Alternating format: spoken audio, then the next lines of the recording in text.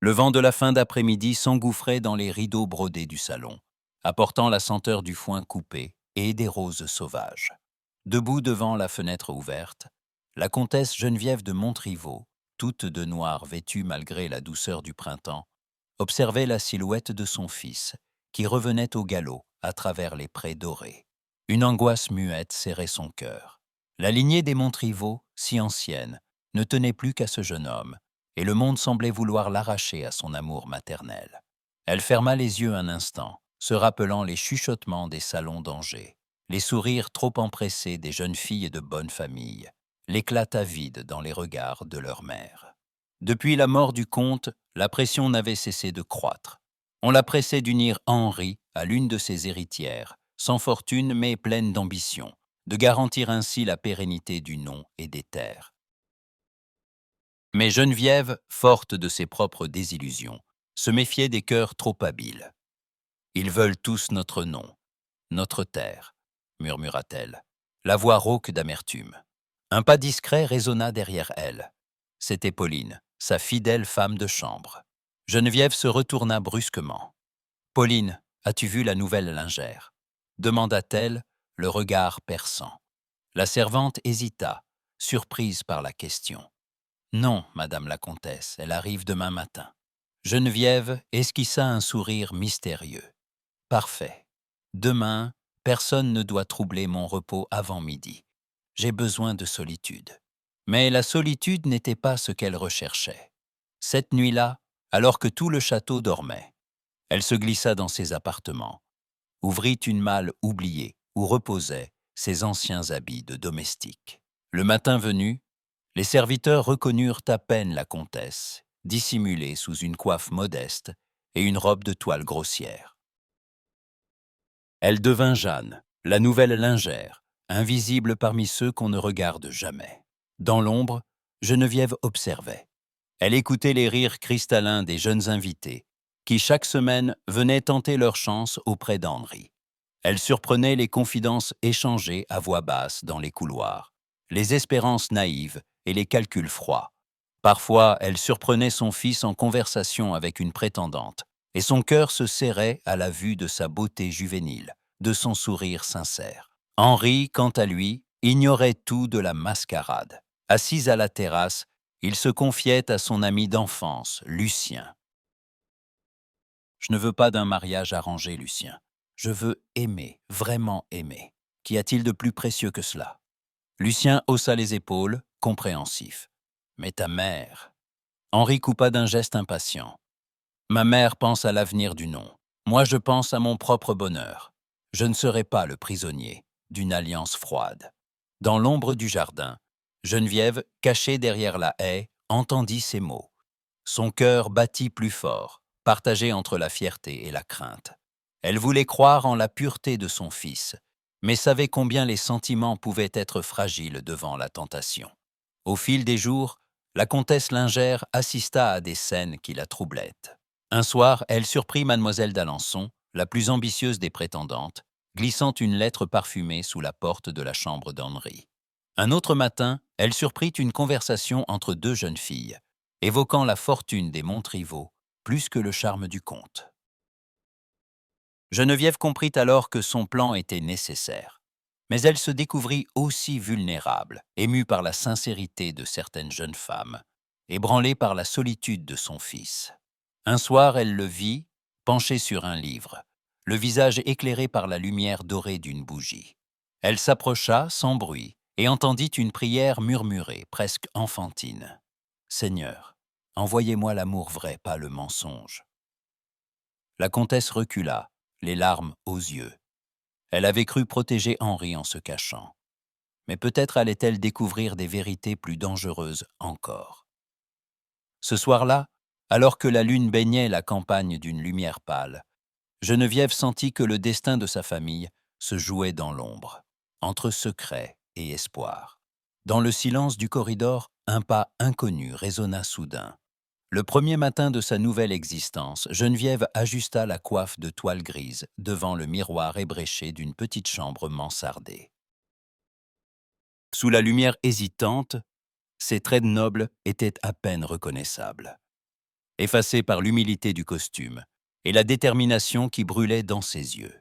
Elle respira profondément, puis descendit l'escalier de service, le cœur battant d'un mélange d'appréhension et d'excitation. À la cuisine, le parfum du pain frais et du café noir flottait dans l'air. Les domestiques, affairés, échangeaient des plaisanteries et des ragots, sans prêter attention à la nouvelle venue. Geneviève, désormais Madame Lefebvre, se glissa parmi elles, silencieuse mais attentive. Son rôle de lingère l'autorisait à circuler librement, à écouter sans éveiller la méfiance. Très vite, elle comprit que la vie des domestiques battait au rythme des secrets de la maison. « Dis donc, tu as entendu ?» chuchota la jeune Marguerite, soubrette vive aux joues roses, à sa voisine. « Les Beaumont arrivent demain. La demoiselle Claire, celle dont tout le monde parle. »« Ah, la pauvre !» répondit la cuisinière, secouant la tête. « On dit qu'elle a l'orgueil d'une princesse, mais plus un sou en poche. Et puis, avec tout ce qu'on raconte sur elle. » Renchérit Marguerite, baissant la voix. « Madame la comtesse mère ne voudra jamais d'une pareille pour le jeune maître. » Geneviève sentit une pointe de curiosité la traverser. Elle nota le nom, Claire Beaumont, tandis que la rumeur gonflait autour d'elle comme un orage sur la plaine. Les familles nobles allaient affluer pour la saison, chacune avec ses espoirs, ses ambitions, ses secrets. Mais celle de Claire semblait porter un fardeau plus lourd que les autres. Le lendemain, la demeure s'anima dès l'aube. Voitures attelées, valets tirant des malles, rires feutrés et éclats de voix dans le grand vestibule. Geneviève, penchée sur son ouvrage dans l'office, écoutait sans en avoir l'air. « La voilà, regarde !» s'exclama une domestique derrière un rideau. À travers la vitre, Geneviève aperçut une jeune femme aux boucles brunes, droite et fière malgré la simplicité de sa robe. À ses côtés, une femme plus âgée jetait des regards nerveux autour d'elle. Claire avançait sans hésitation, ignorant les chuchotements, le menton relevé. Dans le grand salon, la scène se rejouait à une autre échelle. Les dames de la région, richement vêtues, jaugeaient la nouvelle venue. Les jeunes filles gloussaient, les mères échangeaient, des regards entendus. Mais Claire, sans paraître affectée, salua poliment, puis s'isola près d'une fenêtre, le regard perdu sur les collines lointaines. Henri, depuis l'autre bout de la pièce, ne pouvait détacher les yeux d'elle.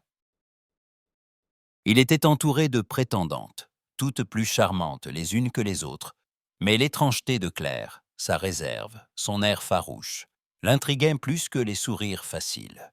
Il la vit refuser le thé, préférer la solitude à la conversation, et cette indépendance silencieuse piqua sa curiosité.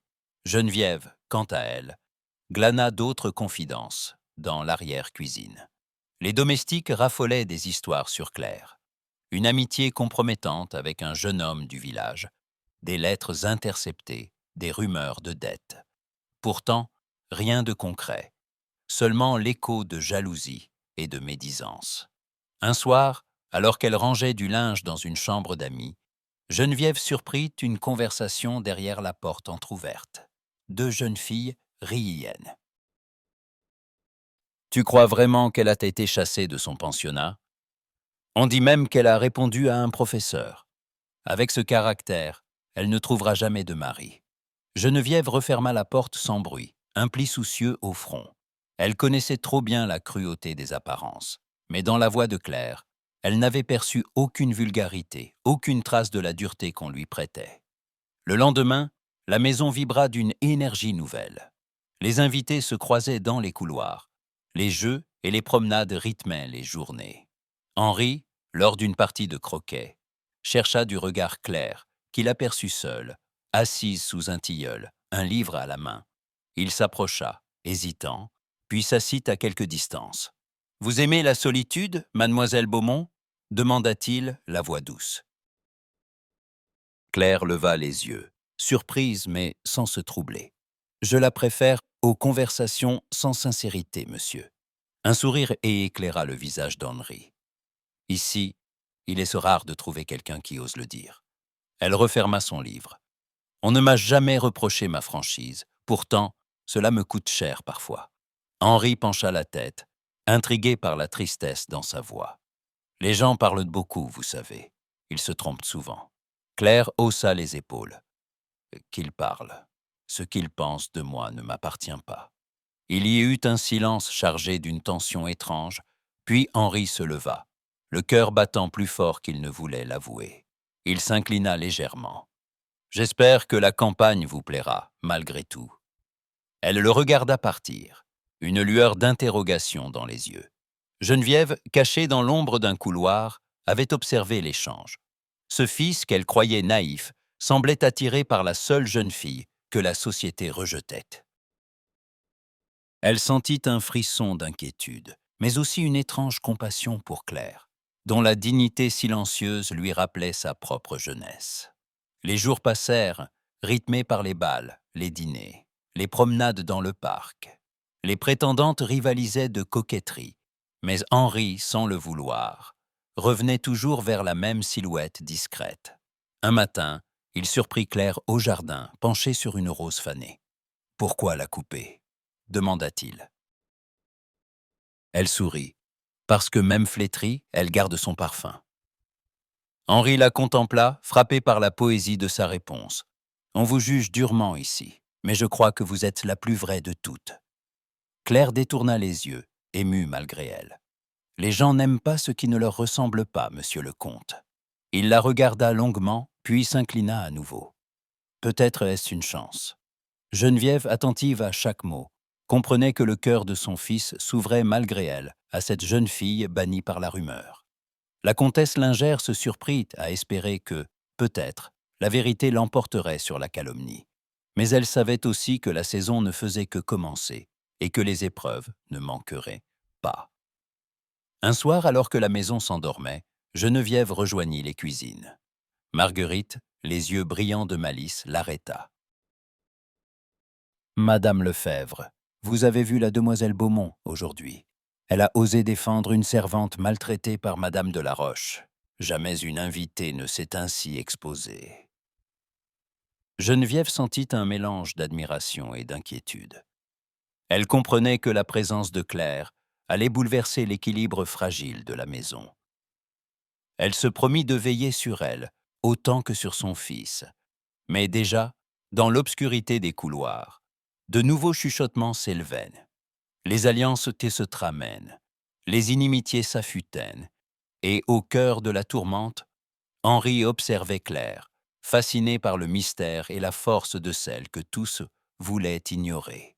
Une lueur d'aube filtrait par la fenêtre lorsque Geneviève, assise sur sa paillasse, songea que la véritable épreuve commençait à peine.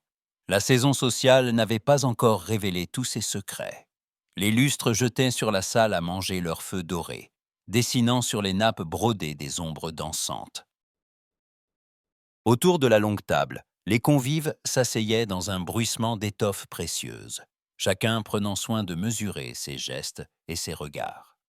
La saison battait son plein, et ce dîner réunissait, sous le regard vigilant de la société locale, tout ce que la région comptait de familles notables.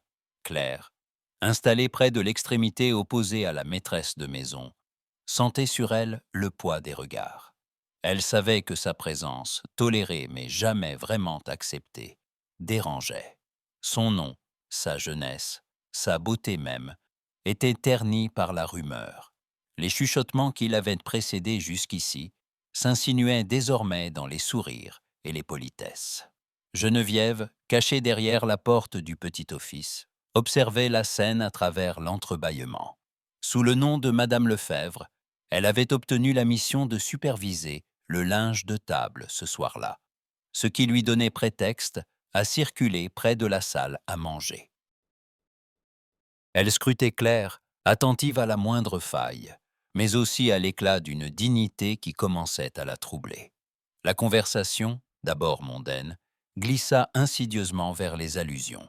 « Ma chère Claire, lança Madame de la Roche, une femme au port altier. Il paraît que la campagne vous inspire une certaine indépendance d'esprit. J'espère que nos petites habitudes rurales ne vous paraîtront pas trop désuètes. » Des rires étouffés saluèrent la pique. Claire sourit doucement. Je trouve, madame, que la sincérité n'a rien d'une habitude désuète. Elle est rare partout, même à la ville. Une voisine, la perfide mademoiselle d'Alençon, s'empressa d'ajouter faussement ingénue.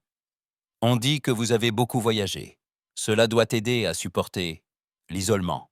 J'ai vu d'autres horizons, en effet, répondit Claire sans se départir de son calme. Mais je crois que ce n'est pas le lieu qui isole, c'est le cœur des gens. Un silence tomba, pesant, avant que la conversation ne reprenne, plus contrainte. Geneviève sentit grandir en elle une sympathie inattendue pour la jeune fille, dont la voix ne tremblait pas, malgré les flèches dissimulées. Mais la comtesse restait sur ses gardes. Elle connaissait trop bien les masques que la nécessité forge. Henri, assis non loin de Claire, suivait l'échange, partagé entre admiration et malaise. Il détestait ces jeux cruels, mais n'osait intervenir, conscient de l'attention que sa moindre parole attirerait. Pourtant, il ne pouvait détacher les yeux de Claire. Sa beauté, loin d'être ostentatoire, avait la force tranquille de celle qui ne s'ignore pas. À la fin du dîner, les invités se dispersèrent dans le salon. Les hommes se groupèrent autour de la cheminée, tandis que les dames s'installèrent en petits cercles, échangeant confidences et ragots. Claire, délibérément, resta à l'écart, feuilletant un album de gravures. Henri hésita un instant, puis s'approcha. Il lui tendit un verre de limonade. « Je crains que la soirée ne vous ait épuisée, mademoiselle Beaumont. » Elle releva la tête, le remercia d'un signe. « Il en faut plus pour m'atteindre, monsieur le comte. » Un sourire discret effleura ses lèvres, mais son regard demeurait sur la défensive. Henri perçut la tension, cette carapace forgée par la nécessité de se protéger. « Les convenances pèsent lourd ici, » dit-il à voix basse. « On s'y conforme par habitude, mais peu y croient vraiment. » Claire le fixa, surprise par la franchise de son ton. « Il est rare qu'on l'avoue. » Henri hésita, puis poursuivit, sincère. « Je déteste ces hypocrisies, mais je les tolère, par lâcheté peut-être. » Elle reposa le verre, cherchant ses mots. « Je ne peux pas me permettre ce luxe. Quand on n'a que sa réputation, il faut la défendre, même contre des murmures. » Il la regarda, troublé. Les rumeurs mentent souvent. « Oui, » répondit-elle, amère. Mais elles finissent par façonner le regard des autres, même celui de ceux qui voudraient vous croire. Un silence tendu s'installa, chargé d'émotions confuses. Henri, ébranlé, sentit naître en lui un élan qu'il s'efforça de réprimer. Autour d'eux, les conversations bruissaient, mais il n'entendait plus que la voix de Claire. « Je comprends votre prudence, » murmura-t-il. « Mais parfois, il faut oser croire à l'impossible. » Elle détourna les yeux, la gorge nouée. « Je n'ai jamais eu ce privilège. » Geneviève, qui avait rejoint le salon sous prétexte de ramasser des serviettes oubliées, capta l'intensité de l'échange. Elle vit le trouble d'Henri, la retenue de Claire, et sentit grandir en elle une inquiétude nouvelle. Si son fils succombait au charme de cette jeune femme controversée, le nom des Montriveau risquait la disgrâce. Pourtant, une part d'elle-même désirait donner à Claire une chance de se défendre, de montrer sa vraie nature. Plus tard, dans la pénombre du corridor, Geneviève croisa Claire, qui regagnait sa chambre. « Bonsoir, mademoiselle », souffla-t-elle d'une voix douce, oubliant un instant son rôle. Claire s'arrêta, surprise par la bienveillance inattendue de la lingère. « Bonsoir, madame Lefebvre. » Geneviève hésita. Il faut beaucoup de courage pour répondre ainsi ce soir. Un éclair d'émotion traversa les yeux de Claire. « Je n'ai rien à perdre. » La comtesse sentit poindre une douleur qu'elle n'aurait su expliquer. Parfois, on a plus à perdre qu'on ne le croit. Claire la remercia d'un sourire triste, puis disparut dans l'ombre du couloir. Dans la chambre d'Henri, le jeune homme se pencha à la fenêtre, le regard perdu sur les jardins baignés de lune. Il repensa aux mots de Claire, à sa solitude, à la noblesse de son maintien sous le feu des critiques. Il sentit la lutte qui grondait en lui, l'attirance irrésistible, la crainte de décevoir sa mère, le poids des traditions. Il se demanda s'il aurait la force de choisir son propre bonheur, même contre le monde. Dans la petite chambre mansardée, Geneviève s'assit sur le lit étroit, l'esprit en tumulte. Oh. Elle voulait protéger Henri, mais sa méfiance envers Claire se fissurait, minée par l'admiration. Un soupçon de doute naquit en elle. Et si elle se trompait? Et si la vertu pouvait naître dans l'adversité? Claire, seule dans sa chambre, serra les poings sur la couverture rêche. Elle repensa au regard d'Henri, à la douceur inattendue de la lingère, à l'humiliation de la soirée. L'espoir et la peur luttaient en elle. Pouvait-elle croire à une chance ou la société finirait-elle par la rejeter, une fois de plus? La nuit enveloppait la demeure de ses promesses et de ses menaces. Entre secret et désir, chacun se tenait au bord d'un précipice invisible. Dans l'obscurité, un pas s'arrêta devant la porte de Claire. Un souffle hésitant, puis la silhouette s'éloigna. L'aube se levait doucement sur le domaine des Montriveau, enveloppant la campagne d'une brume laiteuse. Dans l'ombre des couloirs silencieux, Geneviève, toujours sous les traits de Madame Lefèvre, arpentait les étages d'un pas feutré. Sa mission prenait chaque jour plus d'ampleur. Au-delà de la protection de son fils, c'était la vérité sur les prétendantes qui la préoccupaient désormais. La maisonnée s'animait à peine que déjà, les premiers murmures filtraient des cuisines et des chambres. Geneviève s'immisçait dans les conversations, attentive à la moindre confidence, à la plus petite inflexion dans les voix des jeunes dames réunies sous son toit. Elle s'appliquait à dresser un portrait sans fard de celle qui, selon le monde, aurait été digne de porter le nom de Montriveau. Marie de la Tour, d'abord, incarnait la noblesse orgueilleuse. Sa démarche était droite, presque rigide. Son regard hautain ne se posant jamais longtemps sur les domestiques. Un matin, Geneviève surprit Marie dans le grand vestibule, conversant avec sa mère. « Henri a toutes les qualités requises, maman, mais il n'est pas remarquable, tu ne trouves pas? Je voudrais un mari qui me distingue, pas seulement un nom à porter, » déclara-t-elle d'une voix lasse, jetant un regard distrait à son reflet dans un miroir. Sa mère répondit en chuchotant. « L'important, c'est la dot, Marie, et la sécurité. L'amour viendra bien assez tôt, ou pas du tout. » Geneviève sentit une froideur lui glacer la nuque. Aucune chaleur n'émanait de la jeune femme pour Henri, seulement la volonté d'accéder à un rang envié. Plus tard, elle croisa Marie dans le jardin. La jeune fille, pressée, réprimanda sèchement une servante qui avait maladroitement taché sa robe. « Ayez, au moins, la décence de regarder où vous marchez. Si j'étais maîtresse ici, le service serait mieux tenu. » Geneviève nota chaque détail, chaque mot, tissant dans sa mémoire le portrait d'une âme fière, mais sans tendresse. Lucile Delacroix offrait, à l'opposé, une image de douceur charmante. Toujours souriante, elle papillonnait de groupe en groupe, distribuant compliments et rires. Mais une conversation surprise dans la roseraie éveilla les soupçons de Geneviève. « Henri est gentil, c'est vrai, » disait Lucile à une amie. « Mais je m'ennuie si vite. J'espère qu'il me laissera aller à Paris souvent. On dit qu'il est généreux, et sa bibliothèque est splendide, paraît-il. Tu crois que je pourrais organiser des bals ici ?» Son amie rit.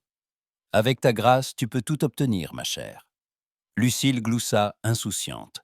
« Tant mieux, car la campagne, très peu pour moi. » Geneviève perçut dans cette légèreté une superficialité inquiétante.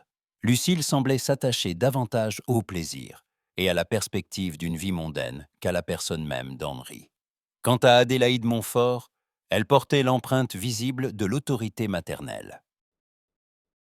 Sa mère, Madame Montfort, une femme sèche au visage sévère, l'accompagnait partout, surveillant ses moindres gestes, coupant ses phrases, dirigeant ses sourires.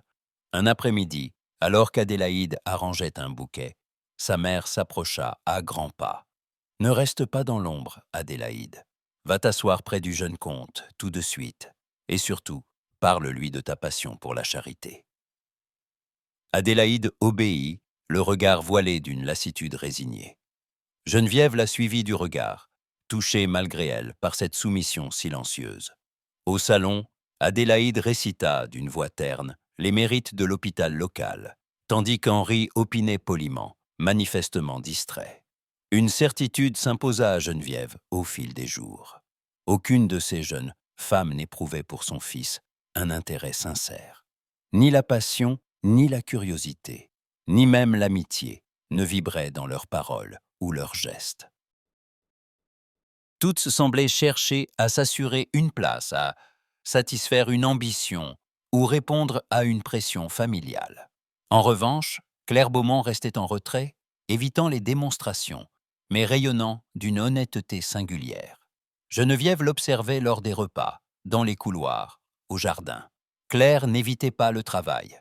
Elle aidait les domestiques à porter les plateaux, réconfortait une petite cousine chagrine, partageait un mot gentil avec la vieille cuisinière. Un soir, Geneviève la surprit au chevet du petit-neveu d'Henri, fiévreux, lui racontant une histoire pour l'endormir. « Tu sais, mon petit, la bravoure n'a rien à voir avec la force. Elle vient du cœur, » murmurait-elle, caressant le front de l'enfant. Geneviève, émue, se rappela les nuits où elle-même avait veillé sur son fils, autrefois. Elle sentit naître en elle une admiration prudente, mais grandissante. La conversation entre Henri et Claire, de plus en plus fréquente, attira bientôt l'attention de la maisonnée. Un matin, Henri proposa à Claire de l'accompagner jusqu'au vieux verger. « Vous semblez aimer ces lieux, » dit-il, cherchant son regard. Claire hésita, puis sourit doucement. « J'aime ce qui est vrai, et ici tout me semble sincère. Même la lumière a une saveur particulière. » Henri s'arrêta près d'un pommier en fleurs. « On m'a appris à ne jamais douter de ce que l'on voit. Mais depuis quelque temps, j'apprends à regarder autrement. » Elle le fixa, un mélange de gratitude et de crainte dans la voix. « C'est dangereux parfois, de défier ce qu'on attend de nous. » Henri inspira profondément. « Et si je refusais de me contenter de ce qu'on attend, si je voulais choisir par moi-même ?» Un silence tendu suivit. Claire détourna les yeux. « Vous savez ce que cela vous coûterait. Je ne suis pas celle qu'on rêve d'accueillir dans une grande famille. » Il fit un pas vers elle. « Et si je vous disais que ce n'est pas la naissance qui m'importe, mais le cœur ?» Claire baissa la tête, bouleversée. Elle aurait voulu croire à ces mots, mais la peur du rejet restait plus forte. Geneviève, cachée derrière un tronc, avait surpris leur échange. L'inquiétude la gagnait, mais elle ne pouvait ignorer l'évidence. Son fils, pour la première fois, semblait heureux, vivant. Il riait, il s'animait. Il osait même tenir tête à ses amis et à sa mère, sur les sujets les plus épineux. Un après-midi, Marie de la Tour, piquée par la préférence d'Henri pour Claire, tenta de le séduire avec ostentation. « Vous aimez la musique, comte ?» minauda-t-elle au piano, jouant une valse brillante. « J'ai appris à Vienne, chez le meilleur maître. » Henri la remercia poliment, mais son regard glissa bientôt vers la fenêtre où Claire, absorbée dans sa lecture, semblait ignorer le tumulte du salon. Marie serra les lèvres, vexée. Dans l'escalier, Geneviève croisa Lucile, qui fredonnait, insouciante, tenant une lettre de Paris. « Je suis certaine que je vais bientôt revoir la capitale, » confia-t-elle à Marguerite. « Ici, tout est si lent. Henri me laisse trop de liberté, c'est presque ennuyeux. » Marguerite hocha la tête, amusée. « Vous croyez qu'il vous choisira, mademoiselle ?» Lucile haussa les épaules, indifférente. « Peu importe, je me débrouillerai bien. » Geneviève comprit alors que la douceur de Lucile n'était qu'un vernis, sans profondeur véritable. Adélaïde, elle, s'éteignait de jour en jour. Sa mère la pressait, la corrigeait, la réprimandait devant tout le monde. Un soir, au dîner, Adélaïde, sur le point de répondre à Henri qui lui demandait ses goûts en littérature, fut coupée net par Madame Montfort. « Adélaïde aime les choses simples, n'est-ce pas ?» La jeune fille acquiesça, les yeux baissés, étouffant un soupir. Geneviève, témoin impuissante, ressentit un mélange d'agacement et de pitié. Mais c'était vers Claire que se tournaient ses pensées. Cette jeune femme, sans fortune ni soutien, portait en elle une intégrité que rien ne semblait pouvoir entamer. Un soir, alors que le crépuscule baignait la maison d'une lumière dorée, Henri rejoignit Claire sous le tilleul du parc. « Je voudrais que vous sachiez, » commença-t-il, la voix tremblante, « que ce que je ressens ne dépend d'aucune rumeur, d'aucune attente. » Claire le regarda, les yeux brillants d'espoir et de peur mêlés. « Je vous crois, Henri, mais votre mère, votre famille, le voudront-ils » Il serra doucement sa main, oubliant tout autour de lui. « Je n'ai plus envie de vivre pour les autres. Je veux vivre pour moi, et pour celle qui saura voir au-delà du nom. » Geneviève, qui observait la scène à distance, sentit son cœur se serrer. Elle n'était plus certaine de ce qu'elle devait craindre ou espérer. Son plan avait éveillé en elle des doutes, des émotions qu'elle croyait éteintes. Et si l'amour, le vrai, ne se laissait dicter aucune règle? Au fil des jours, la tension monta dans la maison. Les regards, les murmures, les jalousies s'exacerbaient. Henri, de plus en plus audacieux, prenait des libertés. Il invitait Claire à lire avec lui, la consultait sur la gestion du domaine, riait ouvertement de ses plaisanteries. Les autres prétendantes s'en offusquaient, mais aucune ne parvenait à l'atteindre. Dans la chambre mansardée, Geneviève, assise à sa table, relisait les notes mentales de son enquête. Son choix s'imposait, mais la peur de perdre son fils l'empêchait de se décider. Devait-elle admettre que Claire, malgré les préjugés, était la seule à voir Henri pour ce qu'il était vraiment? Tandis que la nuit tombait, le domaine semblait retenir son souffle. La saison touchait à son apogée, et avec elle, le moment des choix. Mais dans l'ombre, un secret veillait, prêt à tout bouleverser. Les lampes à huile jetaient des halos dorés sur les murs lambrissés du grand salon, où la musique d'un quatuor résonnait, vive et entêtante. Le bal annuel des Montriveau battait son plein. Les robes de taffetas glissaient sur le parquet ciré. Les éventails s'ouvraient et se refermaient comme des ailes de papillon. Mais sous les rires, la tension était palpable. Les rivalités et les ambitions affleurent, plus aiguës que jamais. Geneviève, sous les traits de Madame Lefebvre, surveillait le buffet depuis un coin de la salle.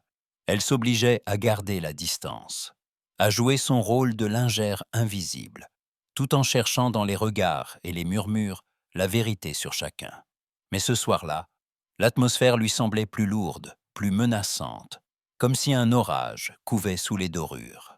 Claire, vêtue d'une robe simple mais élégante, se tenait à l'écart de la piste de danse. Son maintien digne contrastait avec l'agitation des autres jeunes filles, et son visage, d'ordinaire serein, trahissait une certaine appréhension. Depuis l'arrivée des invités, elle avait senti sur elle des regards insistants, entendu des demi-mots, des éclats de rire étouffés. Pourtant, elle se tenait droite, refusant de se laisser atteindre. Le bal était à son apogée lorsqu'un murmure, d'abord discret, enfla peu à peu parmi les convives. Une rumeur, portée de bouche en bouche, surgit sans que personne n'en connaisse vraiment l'origine. On parlait d'une lettre compromettante, d'un rendez-vous secret, d'un prétendu scandale impliquant Claire et un homme de mauvaise réputation du village. Les mots glissaient entre les éventails, se faufilaient dans les conversations, prenaient corps et venin. Marie de la Tour, la voix faussement compatissante, s'approcha d'un groupe de jeunes filles. « Vous avez entendu? Il paraît que mademoiselle Beaumont aurait été vue en compagnie de ce garçon d'écurie tard dans la nuit. Une lettre circule, dit-on. Quel dommage, avec ce visage si angélique. » Lucille, à demi scandalisée, ajouta: « On ne sait jamais d'où viennent ces histoires, mais il y a souvent un fond de vérité. » Les regards se tournèrent vers Claire, qui, sentant l'hostilité, redressa le menton. Elle ne chercha pas à se justifier, ni à fuir. Son silence, loin de la protéger, attisa la curiosité et le mépris. Geneviève sentit son cœur se serrer. Jamais elle n'aurait imaginé assister à une telle cruauté. Elle vit Claire traverser la salle, le pas mesuré, le visage fermé, sous les yeux d'une assemblée avide de scandale. Près de la porte, Adélaïde Montfort, hésitante, lui adressa un regard désolé, mais n'osa pas intervenir. Une voix s'éleva soudain, tranchante comme une lame. « Mademoiselle Beaumont, peut-être pourriez-vous nous éclairer sur ces rumeurs ? lança Madame de la Roche le regard dur. Un frisson parcourut l'assemblée. Tous attendaient la chute, la confession, le spectacle. Claire se figea, puis répondit d'une voix calme, maîtrisée. « Je n'ai rien à dire sur ce que je n'ai pas commis. Les mots volent, mais la vérité demeure. Je ne demande à personne de me croire, seulement de me juger sur mes actes. » Un silence pesant s'installa, puis des chuchotements reprirent, plus insistants. Claire, le visage pâle mais fier, traversa la salle comme une reine déchue. Geneviève sentit une vague de honte la submerger. Que faisait-elle donc? À écouter, à surveiller, sans jamais intervenir. Sa mission lui parut soudain dérisoire, presque cruelle. Elle s'approcha de Claire, glissant à son oreille. « Tenez bon, mademoiselle, le temps révèle ce que les hommes tentent de cacher. » Claire la remercia d'un regard, sans un mot. C'est alors que Henri, témoin de la scène, sentit la colère monter en lui.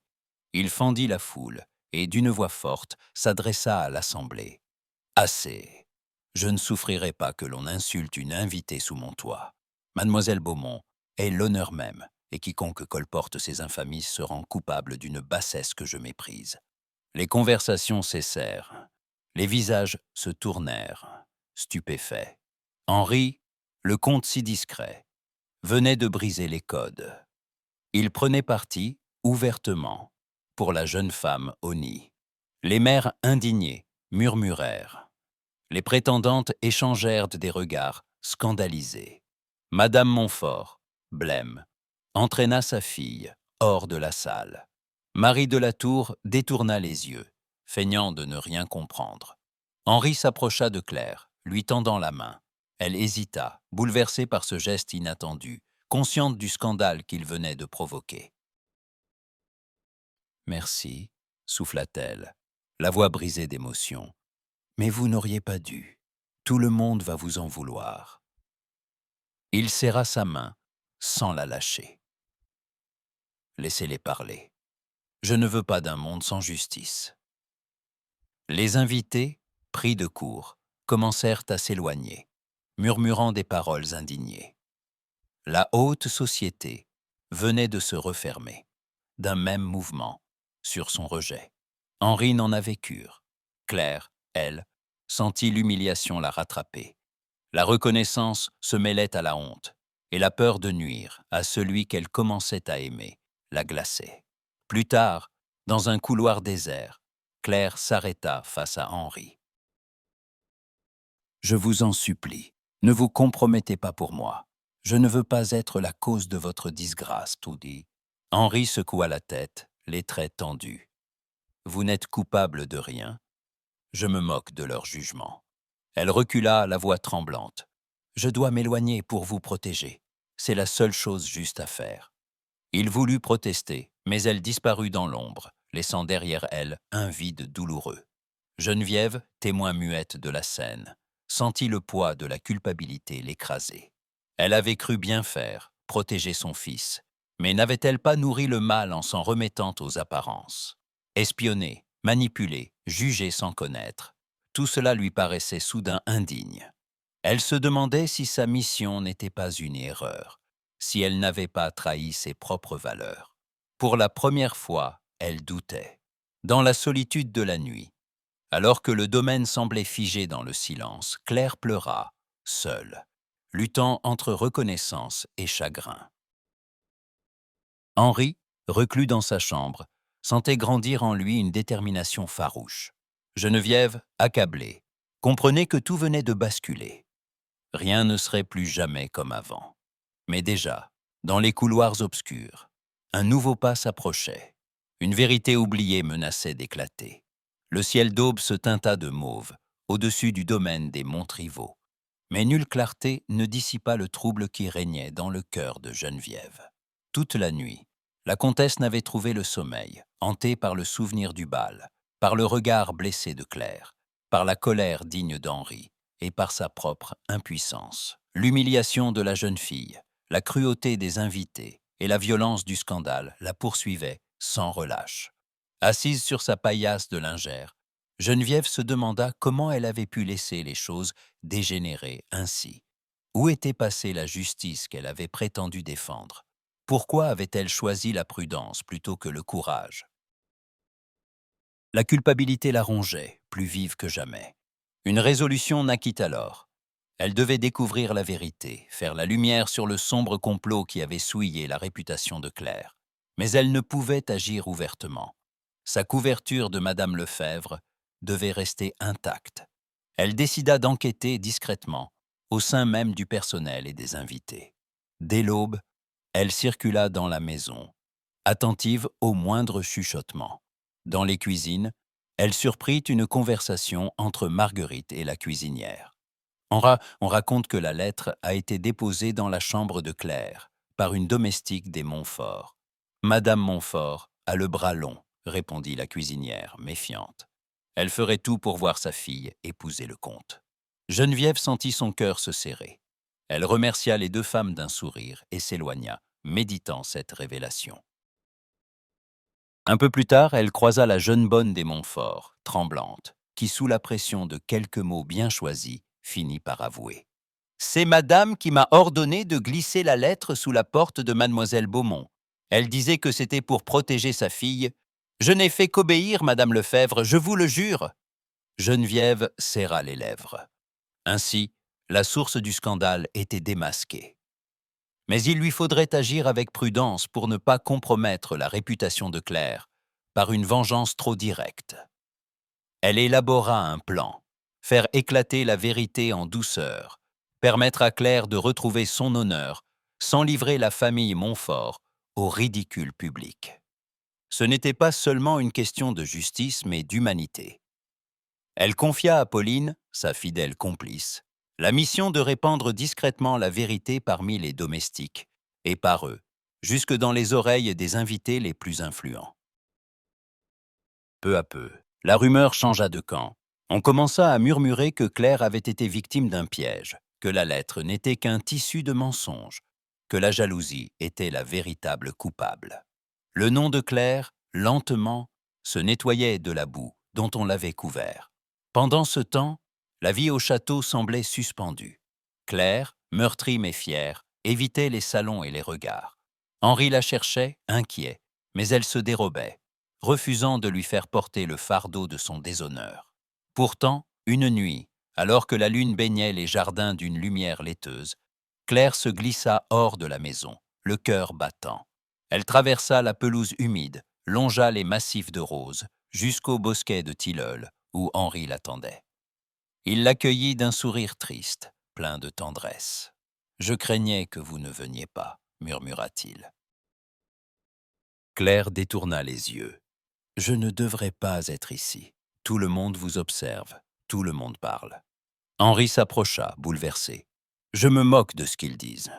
Ce qui m'importe, c'est ce que vous ressentez, vous. » Ils s'assirent sur un banc de pierre, à l'abri des regards. Un silence, chargé d'émotion, s'installa. Claire finit par parler, la voix hésitante. « Depuis mon enfance, j'ai appris à me méfier des rêves. Ils se brisent trop vite. Mais avec vous, je me surprends à espérer. Cela me fait peur. » Henri lui prit la main. « Moi aussi, j'ai eu peur. Peur de décevoir, de ne pas être à la hauteur. Toute ma vie, on m'a dit ce que je devais penser, qui je devais aimer. Mais je veux choisir. » Elle serra ses doigts, émue. « Vous ne comprenez pas. Même innocentée, je resterai pour beaucoup la fille sans fortune, la proie des ragots. Je ne veux pas que votre nom soit entaché à cause de moi. » Henri posa un doigt sur ses lèvres. « L'honneur, ce n'est pas ce qu'on dit de nous, mais ce que nous sommes. Je préfère être honnête avec moi-même qu'admiré par des gens que je méprise. » Claire le regarda longuement, partagée entre gratitude et inquiétude. « Henri, murmura-t-elle, je rêve d'une vie simple, d'un foyer où l'on s'aime sans avoir à se cacher. Je ne veux pas être la cause de vos malheurs. » Il caressa doucement sa joue. « Vous n'êtes la cause de rien, sinon de mes espoirs retrouvés. Je ne vous demande qu'une chose. Laissez-moi vous aimer, même si le monde entier s'y oppose. » Un silence s'étira, seulement troublé par le bruissement du vent dans les branches. Claire ferma les yeux, savourant ce moment d'abandon ce répit dans la tempête. Je vous aime aussi, Henri, mais je ne peux pas encore. Il faut que la vérité soit rétablie, que votre mère accepte ce choix. Sinon, ce bonheur ne serait qu'une illusion, fragile et condamnée. Henri la serra dans ses bras, respectant sa décision, mais déterminé à lutter contre les préjugés. Dans l'ombre des allées, Geneviève observait la scène, déchirée entre la pudeur et la tendresse. Elle se remémora ses propres amours contrariés, les sacrifices consentis pour le nom, pour l'ordre. Sa culpabilité se mua en une volonté farouche de réparer l'injustice, d'offrir à son fils et à Claire ce qu'elle-même n'avait jamais eu, le droit d'aimer, sans peur. Le lendemain, la rumeur de l'innocence de Claire gagnait du terrain. On parlait d'une machination. On pointait du doigt la jalousie des Montfort, mais toujours à demi-mot, pour ne pas briser le fragile équilibre des convenances. Quelques regards changèrent, plus respectueux, plus hésitants. Geneviève, elle, fit parvenir à Claire, par l'intermédiaire de Pauline, une lettre anonyme. « Restez forte. Ceux qui vous connaissent sauront vous juger. La vérité finit toujours par triompher, même dans l'ombre. » Claire, émue, sentit naître en elle un mince espoir. Pour la première fois, elle envisagea la possibilité d'un avenir où elle ne serait plus un fardeau pour Henri, où leur amour pourrait s'épanouir à la lumière du jour. Un soir, Henri rejoignit Claire une dernière fois sous les tilleuls. Il lui tendit une rose, symbole muet de son attachement. « Je ne renoncerai pas, jura-t-il, même si je dois me battre contre tous. » Elle sourit, les larmes aux yeux. « Je veux croire en nous, Henri, mais il faut du temps. » Leurs mains s'entrelacèrent dans la nuit, promesse silencieuse d'un avenir encore incertain. Dans sa chambre, Geneviève contempla son reflet, le visage marqué par les épreuves. Elle savait que l'heure des choix approchait. Bientôt, il lui faudrait révéler son secret, affronter ses propres erreurs et prendre parti, enfin, pour la vérité. Mais déjà, dans la lumière vacillante de l'aube, un nouveau danger se dessinait à l'horizon. Une épreuve plus redoutable encore menaçait d'engloutir le fragile bonheur de Claire et d'Henri. Une lumière crue filtrait à travers les persiennes de la chambre de Claire, révélant les traces d'une nuit sans sommeil. Au petit matin, la demeure des Montriveau vibrait d'un étrange silence, comme si chacun retenait son souffle dans l'attente d'un bouleversement. Depuis l'intervention discrète de Geneviève, la rumeur sur Claire s'était fissurée. De nouveaux murmures, porteurs cette fois d'innocence, glissaient dans les couloirs, se répandaient d'office en salon, chuchotés à demi-voix, puis proclamés tout à haut par quelques alliés inattendus. Au petit déjeuner, la conversation s'orienta naturellement vers le scandale du bal. Mais cette fois, la tonalité avait changé. La vieille baronne d'Angers déclara d'un ton sentencieux. « On m'a assuré que tout cela n'était qu'une calomnie. Il serait honteux de condamner une jeune fille sur la seule foi de la jalousie. » Marie de la Tour baissa les yeux. Lucile détourna la conversation. Adélaïde Montfort, pâle, évitait le regard de Claire. La jeune fille, elle, demeurait droite, fière mais discrète, savourant cette justice tardive sans éclat de triomphe. Geneviève observait la scène depuis l'ombre du vestibule, le cœur soulagé mais inquiet. Sa manœuvre avait porté ses fruits. La vérité, distillée, avec prudence, avait fini par éclore. Mais elle savait que la victoire était fragile, que les préjugés ne s'effaçaient pas en un matin. Elle guettait surtout Henri, dont l'attitude trahissait une tension nouvelle, une impatience contenue, presque dangereuse. Ce fut pourtant Claire qui sentit la première la tempête se lever du côté de sa propre famille. Son père, le vicomte Beaumont, l'attendait dans le petit salon bleu, le visage fermé, la mâchoire crispée. Il la fit asseoir d'un geste sec. « Claire, il est temps d'en finir avec cette mascarade. Tu as été humiliée, certes, mais tu as retrouvé ton honneur. Il n'est pas question d'aller plus loin. Tu couperas toute relation avec le comte Henri.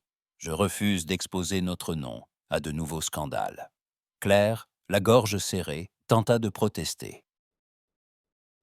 Père, je n'ai rien fait de honteux. Henri. Il la coupa, la voix glaciale.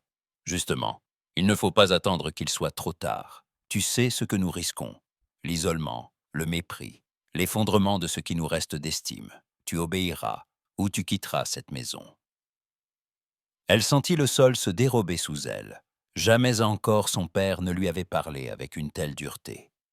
Vous ne comprenez pas? Ce n'est pas seulement de moi qu'il s'agit. Je ne veux rien entendre. Les Montriveau ne sont pas des gens pour nous. Tu es ma fille. Tu me dois l'obéissance. Claire quitta le salon, le cœur brisé, sa fierté blessée. Dans le corridor, elle croisa Geneviève, redevenue comtesse pour un instant. Leurs regards se croisèrent, pleins d'une douleur muette. Geneviève, devinant le supplice de la jeune fille, sentit grandir en elle une colère nouvelle contre la cruauté des convenances, contre son propre aveuglement passé. La journée s'étira, pesante. Henri, inquiet de la disparition de Claire, errait dans le parc, refusant de se plier à l'agenda mondain. C'est dans l'orangerie, à l'abri des regards, qu'il retrouva finalement Claire, assise sur un banc de pierre, les yeux rougis. Il s'agenouilla devant elle, prenant ses mains dans les siennes. « Que t'ont-ils fait? Je t'en prie, parle-moi. » Elle détourna le regard, tentant de dissimuler sa souffrance. « Mon père exige que je mette fin à tout. Pour lui, il n'y a que l'honneur, le silence, la peur du scandale. » Henri serra les dents. « Et toi, que veux-tu, toi ?» Claire hésita, puis laissa tomber ses défenses. « Je veux vivre sans honte, sans devoir me cacher. Je veux t'aimer, Henri, mais je ne veux pas être la cause de ta disgrâce ni du malheur de ma famille. » Il posa un baiser sur ses doigts. « Ce n'est pas toi qui causes la disgrâce, c'est le monde qui refuse le bonheur. Je suis lasse de vivre pour les autres. Je ne me tairai plus. » Elle se redressa, surprise par l'éclat de révolte dans sa voix. « Tu vas te dresser contre tous, même contre ta mère, même contre elle s'il le faut. Je n'ai plus peur. » À cet instant, Geneviève entra dans l'orangerie. Elle les découvrit enlacés, et quelque chose se brisa en elle. Le rempart de devoir, de tradition, de peur du qu'en dira-t-on. Elle s'avança, le visage grave. « Henri, Claire, il est temps de parler à cœur ouvert. » Henri se releva, tenant toujours la main de Claire. « Mère, je ne renoncerai pas, je l'aime. Je suis prête à affronter la honte, le rejet, tout ce que la société voudra m'imposer. Je ne veux plus vivre dans le mensonge. » Geneviève observa son fils, puis Claire. Elle lut dans leurs yeux une sincérité, une force qu'elle n'avait jamais soupçonnée. « Henri, tu es mon fils. J'ai voulu te protéger, t'imposer des choix. Mais je vois aujourd'hui que tu es devenu un homme. Et toi, Claire, tu as prouvé ta valeur face à l'injustice. Je ne peux pas encore vous donner ma bénédiction, mais je ne vous combattrai plus. » Claire baissa la tête, émue. « Merci, madame. Votre parole me touche plus que je ne saurais le dire. » Henri, éperdu de gratitude, serra sa mère dans ses bras. Pour la première fois, Geneviève sentit son cœur s'alléger. Le bonheur de son fils valait peut-être tous les sacrifices. Mais dehors, l'orage grondait toujours. Le père de Claire, humilié, menaçait de l'emmener loin du domaine. Les rumeurs, plus discrètes, couvaient encore, prêtes à ressurgir, au moindre faux pas. La société n'avait pas dit son dernier mot. Dans la chambre de Claire, un dernier affrontement eut lieu ce soir-là. Son père, inflexible, lui posa un ultimatum. « Demain, tu quitteras Montriveau. Si tu refuses, tu ne seras plus ma fille. » Claire, le cœur en miettes, promit d'obéir. Mais au fond d'elle, une flamme nouvelle brûlait, celle du courage, de la volonté d'aimer envers et contre tous. La nuit tomba, lourde de menaces et d'espoir. Henri, debout sous la fenêtre de Claire, lui jura tout bas de ne jamais l'abandonner. Geneviève, assise devant son miroir, comprit que l'heure était venue de choisir. Le devoir ou le bonheur, la tradition ou l'amour. Mais tandis que la maison sombrait dans le silence, un messager galopait sur la route, porteur d'une nouvelle qui bientôt ferait basculer tous les destins. La pluie martelait doucement les vitres de la mansarde où Claire s'était réfugiée, tentant de se préparer à la perspective d'un départ forcé. Les événements des derniers jours l'avaient vidée de toute force. La réhabilitation chèrement acquise, la révolte de son père, la promesse d'Henri, le trouble laissé par Geneviève. Mais une tempête bien plus intime s'annonçait, prête à tout bouleverser. Ce matin-là, Claire descendit plus tôt que de coutume, cherchant un peu de paix dans les recoins silencieux du château. Dans un couloir du second étage, elle entendit la voix de Madame Lefebvre, la lingère, qui parlait à Pauline avec une autorité inhabituelle. Intriguée, Claire s'approcha sans bruit. La porte était entr'ouverte. Elle vit la lingère, de dos, ôter sa coiffe, et d'un geste là, passer une main fine sur son front. À cet instant, le visage qui se refléta dans le miroir n'était pas celui d'une domestique, mais celui, bouleversant de noblesse et de tristesse, de la comtesse de Montriveau. Un frisson la traversa. Tout se brouilla, les paroles rassurantes, les regards attentifs, la lettre est anonyme. Tout prenait soudain un sens nouveau, cruel. Claire recula, suffoquée, puis, d'un pas précipité, se dirigea vers le jardin, le cœur battant, blessée dans son orgueil et sa confiance. Geneviève, entendant un bruit, se retourna. Trop tard.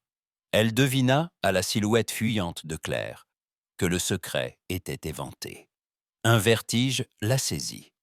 Elle comprenait que l'heure de vérité était venue, mais redoutait la colère de ceux qu'elle avait cherché à protéger. Un peu plus tard, Henri, alerté par Pauline, rejoignit sa mère dans le grand salon.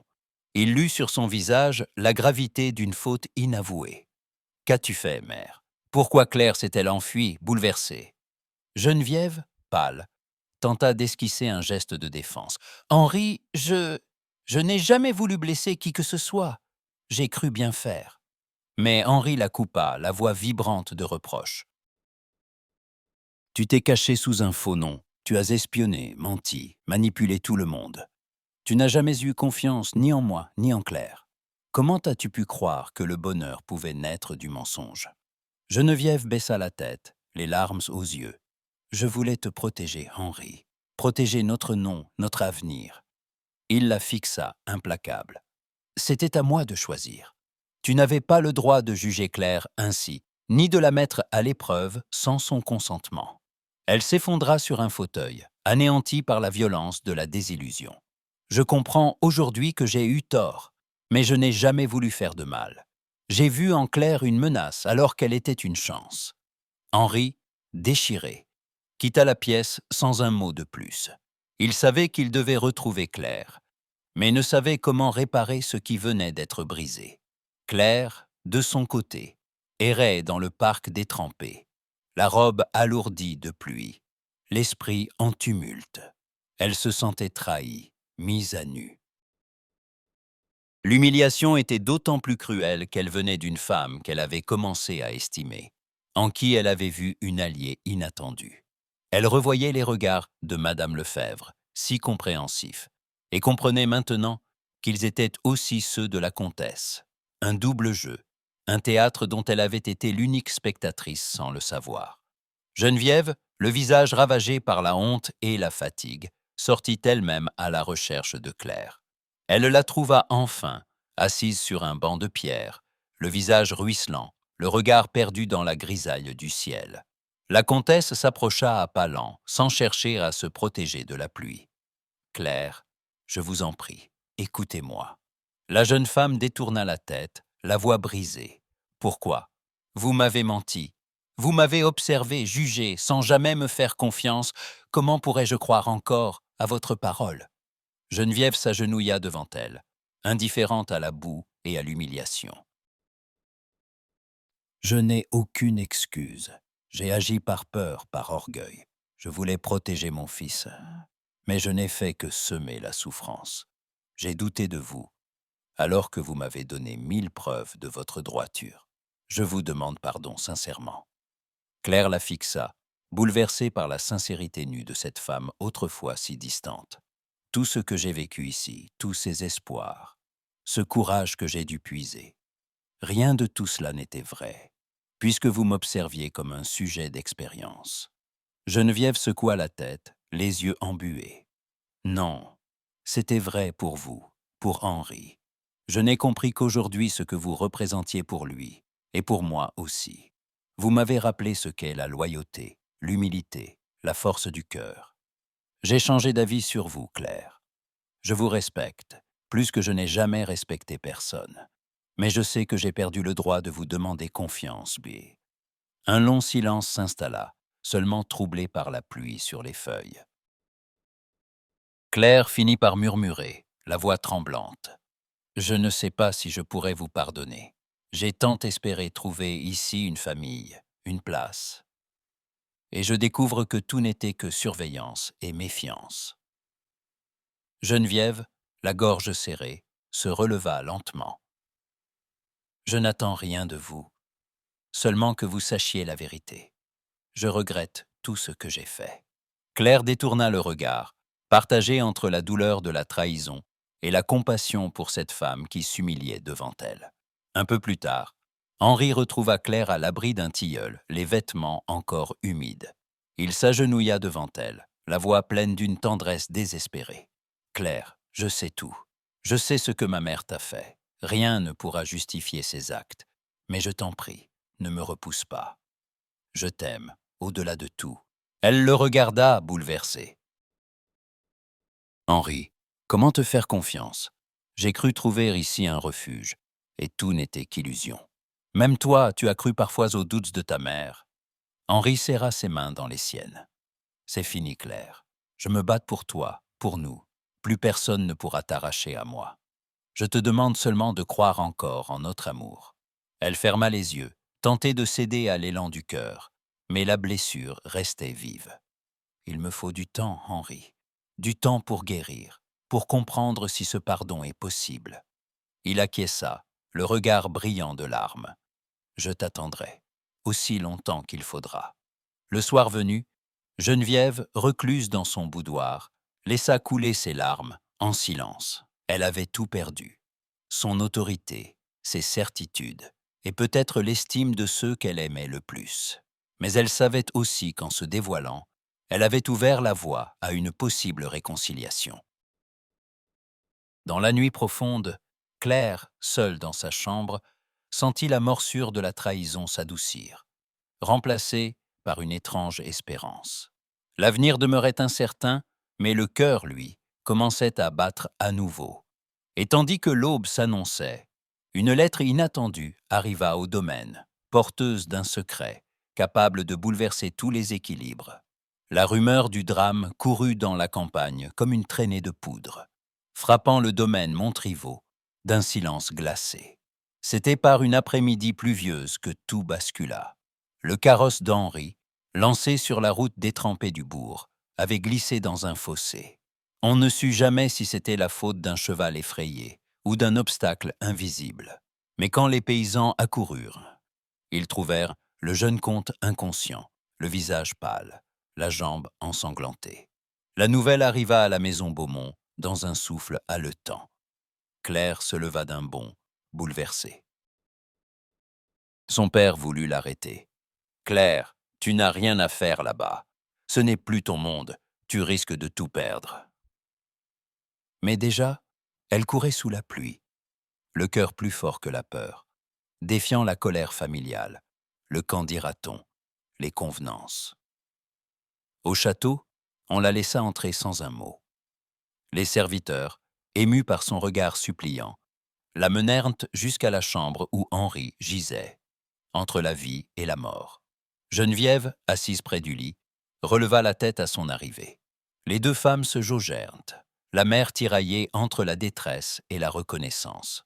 Claire s'agenouilla au chevet d'Henri, prit sa main dans la sienne, et d'une voix brisée murmura « Henri, je suis là, je ne te laisserai pas. » La nuit fut longue, pleine de fièvre et d'angoisse. Claire veilla sans faillir, rafraîchissant le front du blessé, suppliant le médecin de tout tenter. Quand Henri délirait, c'était son nom qu'il murmurait, comme un fil ténu retenant la vie. Geneviève, d'abord surprise, observa la jeune femme, la tendresse de ses gestes, la fermeté de son dévouement. Jamais elle n'avait vu une telle abnégation. Une nuit, alors que Claire s'effondrait de fatigue sur le fauteuil, Geneviève s'approcha. « Vous devriez vous reposer, mademoiselle Beaumont. Vous ne tiendrez pas ainsi. » Claire secoua la tête, les yeux cernés mais résolus. « Je ne partirai pas tant qu'Henri n'ira pas mieux. Peu m'importe ce que l'on dira. » Geneviève posa une main sur son épaule, la voix adoucie par l'émotion. « Vous avez plus de courage que bien des femmes de ma connaissance. » Les jours passèrent, la fièvre d'Henri retomba, la blessure commença à guérir. À chaque réveil, c'était Claire qu'il cherchait du regard, murmurant son prénom avec gratitude et amour. Un matin, alors que le soleil perçait enfin les nuages, Henri ouvrit les yeux et sourit faiblement à Claire. « Tu es restée, j'ai cru rêver. » Elle lui prit la main, les larmes roulant sur ses joues.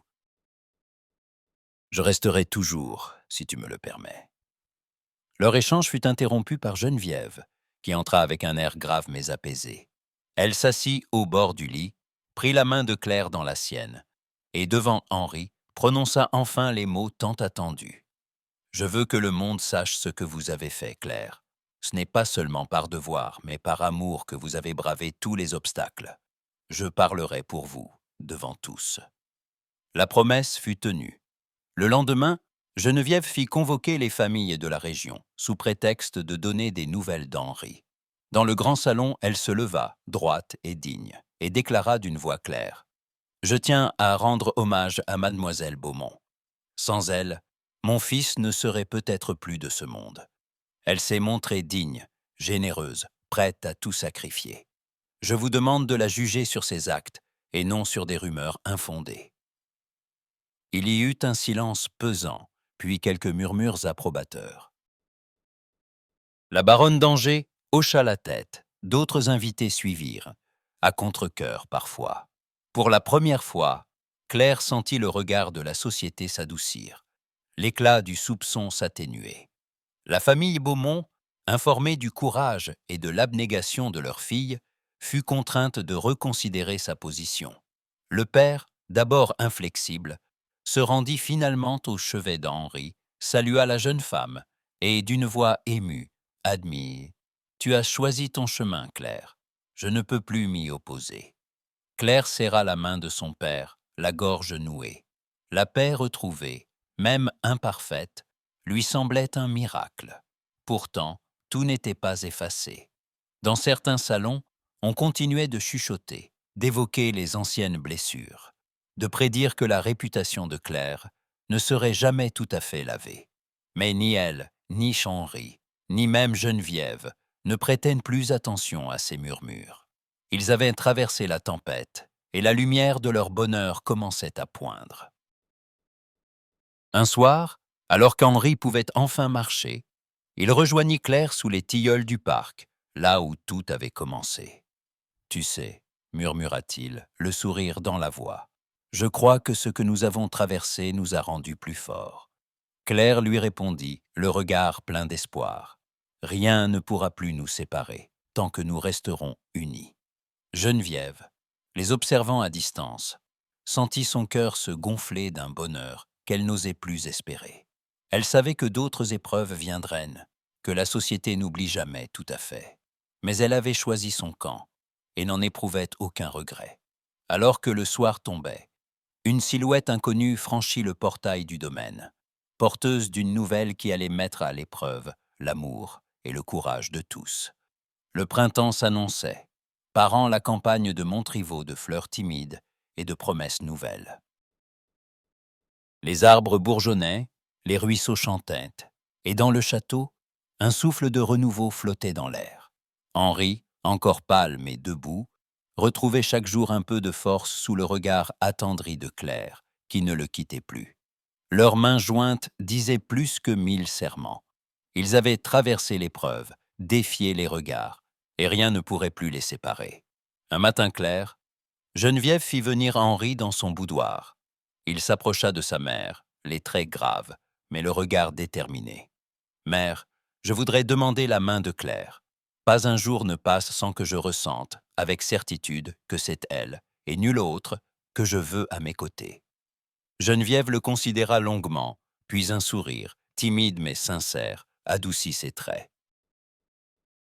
Henri, j'ai longtemps cru que le devoir et la prudence suffisaient à bâtir le bonheur. J'avais tort. Tu m'as prouvé, et Claire aussi, que l'amour véritable existe, même s'il exige courage et patience. Va, demande sa main devant tous, je te soutiendrai. L'émotion d'Henri fut telle qu'il étreignit sa mère, les larmes aux yeux. Ensemble, ils rejoignirent le salon où attendait sous la famille Beaumont et quelques témoins choisis. Claire, surprise, rougit en voyant Henri s'avancer vers elle, le visage solennel, la main de Geneviève posée sur son bras. Henri s'agenouilla devant Claire, sans tenir compte de la bienséance ni des chuchotements. Claire, veux-tu devenir ma femme, marcher à mes côtés, affronter le monde avec moi? Je t'aime pour ce que tu es, pour ta force, ta tendresse et ton courage. Rien ne m'importe plus que ton bonheur. Claire, les mains tremblantes, la voix chargée de joie et d'émotion, répondit « Oui, Henri, je le veux de tout mon cœur. » Un murmure parcourut l'assemblée. Le père de Claire, ému malgré lui, donna son assentiment d'un signe grave. Geneviève s'approcha de la jeune femme, la voix empreinte d'une sincérité nouvelle. « Claire, je vous ai cru étrangère à notre monde, mais c'est vous qui m'avez ramenée à l'essentiel. Je vous remercie du fond du cœur de m'avoir appris que l'amour peut renaître, même dans un cœur endurci. Je vous bénis, tous les deux. » Claire serra Geneviève dans ses bras, les larmes aux yeux. Entre elles, il n'y avait plus de barrière, seulement la reconnaissance et l'affection. La nouvelle des fiançailles se répandit vite dans la région. La société, d'abord partagée, ne put ignorer l'évidence. Henri et Claire s'aimaient d'un amour vrai, purifié par l'épreuve. Les invitations furent lancées, les préparatifs commencèrent. Certains salons murmuraient encore sur l'audace de la famille Montriveau. D'autres, secrètement émus, saluaient le courage du jeune couple. Le jour des noces, le château resplendit. Le cortège se forma sous les tilleuls en fleurs. Claire, vêtue d'une robe claire et sans fioriture, avança vers Henri, qui l'attendait, le cœur battant. La cérémonie, simple mais solennelle, fut ponctuée de regards complices, de sourires émus, de promesses murmurées. Quand vint le moment d'échanger les vœux, Henri prit la main de Claire, la voix ferme malgré l'émotion. « Je te choisis devant Dieu et devant les hommes, pour aujourd'hui et pour tous les jours à venir. » Claire répondit, le regard brillant de larmes de bonheur. « Je marcherai avec toi, dans la joie comme dans l'épreuve. Rien ne saura nous séparer. » Geneviève, assise au premier rang, sentit son cœur s'ouvrir à une paix qu'elle croyait perdue. Elle regarda le jeune couple s'embrasser et comprit, dans la clarté de cette union, tout ce qu'elle avait risqué à vouloir protéger son fils du monde, et tout ce qu'elle aurait perdu si elle n'avait pas choisi de faire confiance à l'amour. Le soir venu, lors du banquet, la comtesse se leva pour porter un toast. À Henri et Claire, que leur bonheur soit un exemple. L'amour, quand il est sincère, c'est triompher de tous les préjugés. La salle applaudit, émue. Les regards bienveillants de certains, les réserves discrètes d'autres, ne parvinrent pas à ternir la joie de la fête. Claire, radieuse, dansait avec Henri sous les lanternes, consciente que leur bonheur avait été conquis de haute lutte, et qu'il n'en était que plus précieux. Plus tard, alors que la nuit enveloppait le château d'un voile d'argent, Geneviève s'accorda un moment de solitude dans le jardin. Elle songea à l'orgueil qui l'avait conduite à tant de méfiance, à la sincérité qui seule avait permis la réconciliation. Elle remercia silencieusement le destin de lui avoir donné le courage de changer. Henri et Claire, désormais unis, s'éloignèrent main dans la main vers leur nouvelle vie, porteurs d'un espoir qui brillait plus fort que les murmures et les doutes. Et dans la douceur du crépuscule, la promesse d'un avenir construit sur la vérité et l'amour semblait, enfin, à portée de main.